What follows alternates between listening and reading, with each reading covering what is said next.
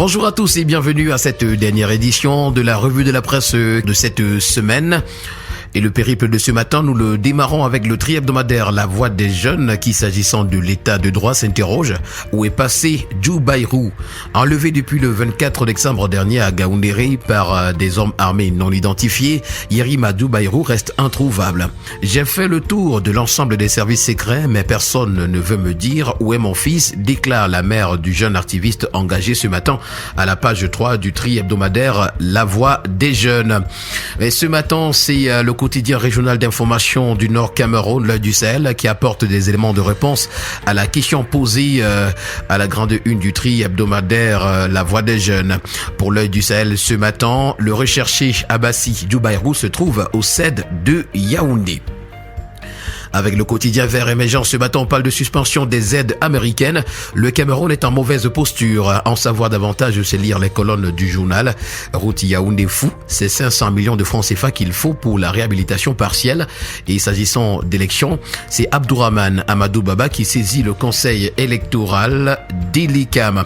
On en parle amplement d'ailleurs ce matin avec le quotidien L'Info à chaud qui titre « Non-publication de la liste électorale nationale, Elikam mangé à toutes les sauces ». À la grande une du journal, la lettre d'Abdourahmane Baba envoyée à l'attention du conseil électoral représenté par son président. Nous continuons le périple de ce matin avec le quotidien Mutation qui s'interroge au sujet du métier d'influenceur dans les réseaux sociaux. Influenceur, qui es-tu? C'est la grosse interrogation de ce matin. Diversement apprécié, le phénomène fait l'objet d'un décryptage par 32 auteurs dans un ouvrage collectif qui sera dédicacé mardi à l'université de Yaoundé 2. Une occasion pour comprendre les enjeux socio-économiques de l'influence numérique. L'information ce matin est à retrouver à la page 7 du journal. Le quotidien bleu d'Amalmana, le jour pour sa part ce matin, parle de religion et nous présente une enquête sur la crise à la vraie église de Dieu. Depuis 4 années déjà, cette association culturelle est secouée par des contestations et des procès en justice nés au lendemain du décès de son fondateur. Le point que fait pour nous le journal est à retrouver ce matin à la page 5. Avec la croix du Septentrion, on parle de la localité de Dibrili et qui a été transformée en cendre par Boko Haram. Ce qui va changer s'agissant de la carrière et de la solde des agents publics nous est présenté ce matin à la grande une du quotidien à Capitaux Public Cameroun Tribune. Opérationnelle depuis le 1er janvier 2025, l'application Aigle est une plateforme innovante qui gère concomitamment les effectifs de l'État et leur traitement salarial avec pour objectif de simplifier, de dématérialiser et d'accélérer les procédures administratives et financières. La mise en service de ce nouveau logiciel suscite des interrogations chez plus d'un. Qu'est-ce que Aigle apporte de plus? Comment ça fonctionne? Le focus de Cameroun Tribune répond pour nous à ces questions de ces pages 19 à 22. Le premier quotidien économique de la zone CEMAC, l'économie, nous amène dans la partie anglophone du Cameroun et fait une enquête sur les déboires de la CDC. La Cameroon Development Corporation continue de subir les effets néfastes de la crise sécuritaire qui sévit depuis 2016 dans les régions du nord-ouest et du sud-ouest, nous renseigne ce matin le journal à sa page 3. Nous continuons ce matin avec le journal L'étudiant qui parle de vente promotionnelle à l'université de Yaoundé 1 Guakele. Ce sont des COPS qui sont servis de ce côté-là. Le jeudi 23 janvier 2025, l'université de Yaoundé 1 a accueilli une campagne de vente promotionnelle de produits de grande consommation organisée par le ministère du Commerce.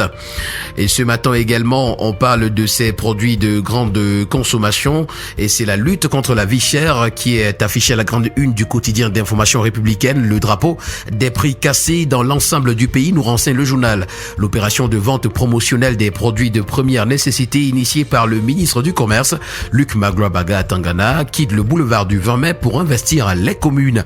Une stratégie de proximité qui vise à soulager davantage les ménages camerounais face à la vie chère, tout en renforçant l'impact social de cette initiative présidentielle. Et c'est une information à retrouver ce matin à la page 2 du journal. Le Popoli Creator Sal, en kiosque ce matin, parle de l'annulation des débats de 13 milliards. À tout renverse le compte Supé à la barre. C'est le titre qui nous est présenté ce matin à la grande une. Avec le quotidien d'information générale et d'enquête, le Témoin, on parle des universités d'État. Ce sont les enseignants qui expriment leur gratitude au chef de l'État. Les enseignants des universités d'État au Cameroun ont tenu à exprimer donc leur profonde gratitude au président Paul Biya pour les avantages qui leur sont accordés.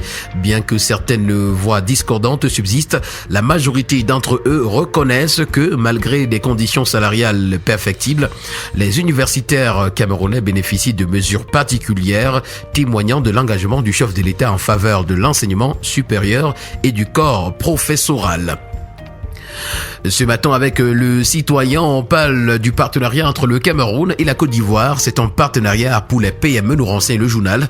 Le ministre camerounais des PME, Achille Basile-Camp III, a reçu l'ambassadeur de Côte d'Ivoire, son excellence Philbert Kwasi, pour dynamiser la coopération bilatérale dans le secteur. Cette rencontre vise à promouvoir les échanges économiques et développer les filières artisanales entre les deux pays. Et nous allons terminer le périple de ce matin avec le journal Alpha Echo qui s'intéresse au prix de la bière au Cameroun. Ça mousse sous la barre du ministre du Commerce. Alors que le gouvernement a pris sur lui de rassurer les consommateurs à travers le ministère du Commerce de ce que les prix ne connaîtront aucune augmentation, c'est au grand désarroi des populations que ces assurances sont restées devant discours. D'ailleurs, l'information amplement est à retrouver à la page 3. Et voilà qui met un terme à cette dernière sortie de la semaine de la revue camerounaise de la presse. Merci à vous, mesdames et messieurs, d'avoir été à l'écoute ce matin. Rendez-vous lundi prochain, si Dieu le veut, pour une nouvelle édition. Bon week-end à tous.